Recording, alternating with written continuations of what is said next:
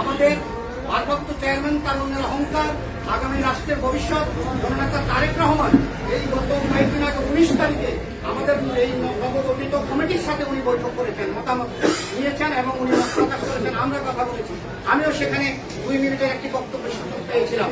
জননেতা তারেক রহমান ওখানে যেই কথাগুলি বলেছেন, আমি মনে করি একজন গবেষক এবং যিনি দেশ নিয়ে তো ভাবেন, যিনি মানুষকে নিয়ে তো ভাবেন, আগামী রাষ্ট্র কিভাবে চলবে, যাতে আওয়ামী বেশিরভাগের মতো করে এই রাষ্ট্র আর না চলে, এই রাষ্ট্রে যাতে সংস্কার হয়, মানুষ যেন তার অধিকার প্রতিষ্ঠিত করতে পারে, মানুষ যেন আইনের শাসন পায়, মানুষ যাতে নিরাপদ থাকতে পারে, সেই বিষয়ে উনি কিছু কথা বলেছেন।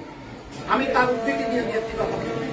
জননেতা তারেক রহমান বলেছেন যে 5ই আগস্টের আগে আপনারা আওয়ামী সন্ত্রাসীর কারণে আপনারা ভীত ছিলেন, পুলিশ দেখলে আপনারা ভয় পেতেন এবং পুলিশ যদি বুঝতো যে বিএনপি করে তাইলে তাকে গ্রেফতার করতো, কাজে আপনারা নিরাপদ ছিলেন না। 5ই আগস্টের পরে আপনারা এখন অনেকটাই নিরাপদ হয়ে গেছে। এখন পুলিশ আপনাদেরকে ওই যন্ত্রণা করে না।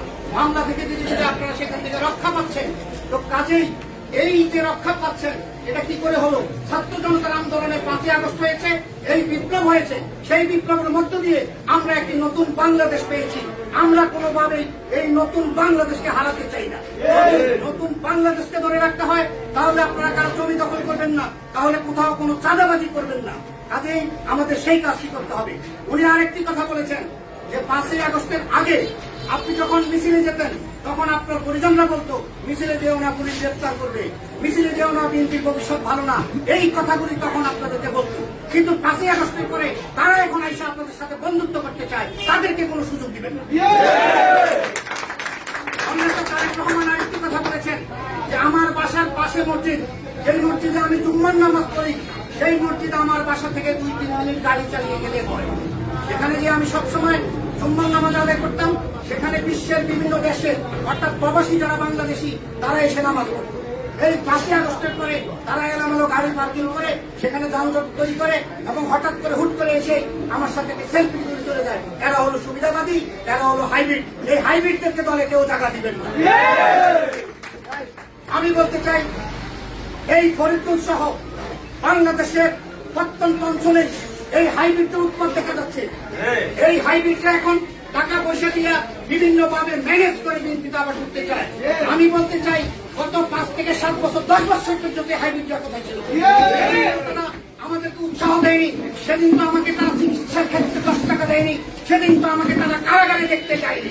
আজকেও হাইব্রিডকে যারা জায়গা দিবেন, আমি মনে করি এই জননেতা তারেক রহমান আপনাদের বিরুদ্ধে ব্যবস্থা গ্রহণ করবে। আমি আর 2-1টি কথা বলি, আপনার কি বিরক্ত হচ্ছে? আজকে বাংলাদেশে স্বৈরাচার মুক্ত বাংলাদেশ আমরা পেয়েছি, কিন্তু ষড়যন্ত্র এখন পর্যন্ত থামেনি। ষড়যন্ত্র মুক্ত বাংলাদেশ আমরা পাইনি। ওই ষড়যন্ত্র মোকাবেলায় আমি যেখানে রাজনীতি করি, জননেতা তারেক রহমানের নির্দেশনায় আমার মহানগর দক্ষিণ বিএনপিতে 2 তরুণ কমান্ডার রয়েছেন, জনাব রফিকুল আলম মজনু এবং তানভীর আহমেদ রবিন।